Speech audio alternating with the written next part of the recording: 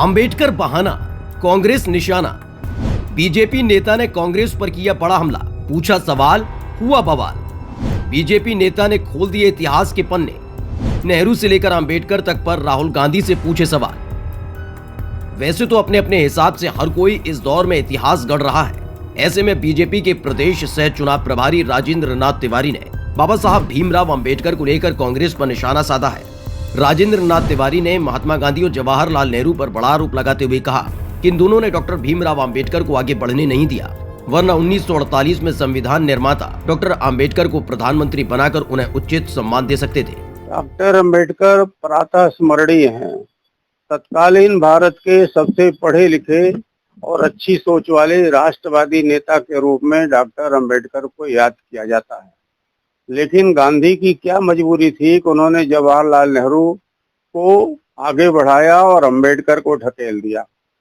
दो धर्मों के आधार पर देश का बंटवारा हुआ, हिंदू और मुसलमान के आधार पर। तो डॉक्टर अंबेडकर का ये कहना था कि जब धर्मों के आधार पर बंटवारा हो रहा तो अपने अपने धर्म के लोग अपने अपने देश में चले जाएं, मुसलमान उधर जाए और हिंदू यहाँ आ जाएं। गांधी जी ने कहा, अनशन कर दिया। उन्होंने कहा कि नहीं, हम मुसलमानों को यहाँ से पलायन नहीं होने देंगे।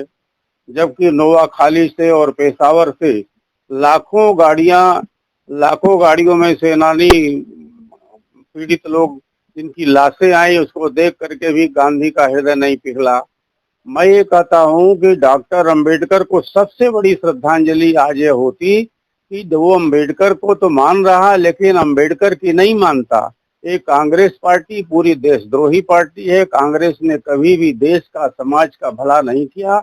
विखंडन करो, राज करो, कांग्रेस का स्वभाव था। ये अंग्रेजों की कृत्रिम उत्तराधिकारी है। आज जो राहुल गांधी लाल गुटखा लेकर के घूम रहा है, उसका सिर्फ जानता है कि उसमें कुछ भारतीय जनता पार्टी को, सारे लोगों को बरगलाने का, उनको झूठा दिखाने का काम कर रहा है।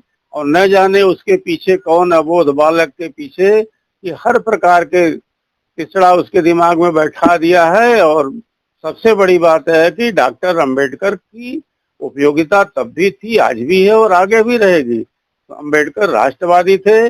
गांधी ने भी अंबेडकर के साथ अत्याचार किया और जवाहरलाल नेहरू ने तो भरपूर अत्याचार किया। अगर आज जब प्रधानमंत्री बनाने की बात आई 1948 में, अगर डॉक्टर BR अंबेडकर को प्रधानमंत्री बना दिया गया होता तो आज धर्मों के आधार पर लड़ाई भारतवर्ष में नहीं होती और भारत एक हिंदू राष्ट्र के रूप में मान्य होता। इसके साथ ही राजेंद्र नाथ तिवारी ने कांग्रेस को देशद्रोही पार्टी तक करार दे दिया। यही नहीं, दावा किया कि जो बर्ताव अंबेडकर के साथ कांग्रेस ने किया, अगर आज बाबा साहब भीमराव अंबेडकर होते तो उनको चुनौतियां न झेलनी पड़ती। कांग्रेस अपनी विचारधारा में अगर परिवर्तन नहीं करती तो कांग्रेस की उपयोगिता अब समाप्त हो चुकी है। गांधी जी ने 1948 में ही उसको विसर्जित करने के लिए कहा था।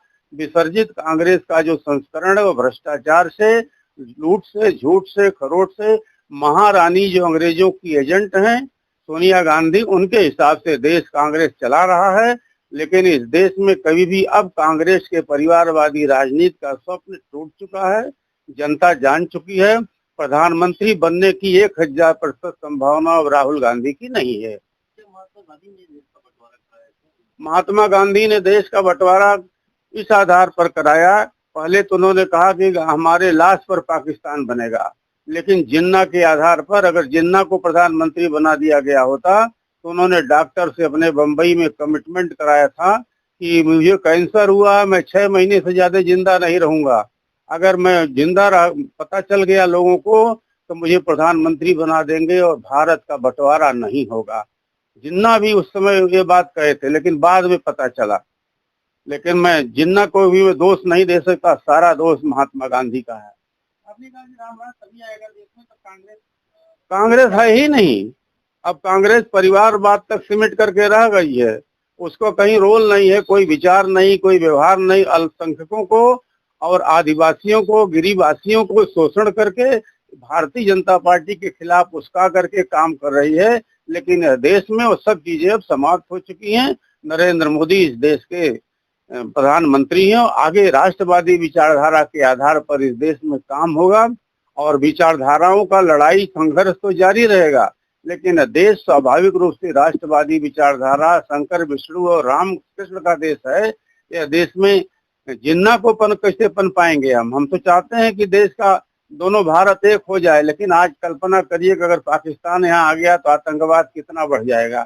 कश्मीर को आपने देखा है। इसलिए मेरा आग्रह ये है कि कांग्रेस को, जनता को बंगाल की खाड़ी में फेंक देना चाहिए और नए सिरे से भारत के नए राष्ट्र का जो वैश्विक शक्ति बनने की ओर अग्रसर है उसका श्री गणेश होना चाहिए।